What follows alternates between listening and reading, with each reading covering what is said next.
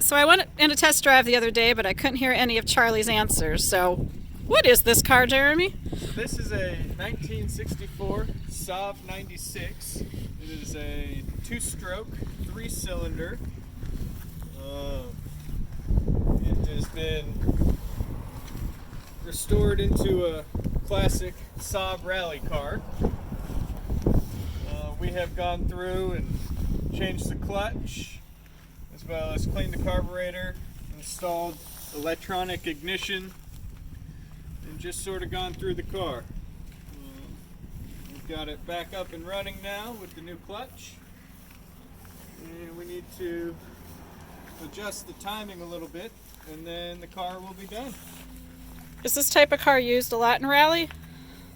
It was very popular when it was built. They're extremely good in the snow. They do very well in poor conditions. It is front wheel drive with a front motor, so all of the weight is on the drive axle. As far as daily driving one, they're not a whole lot of fun. They're loud, they're noisy, they're smelly, and they really like to be driven like you're mad at it. With that being said, they are extremely fun to drive. All right.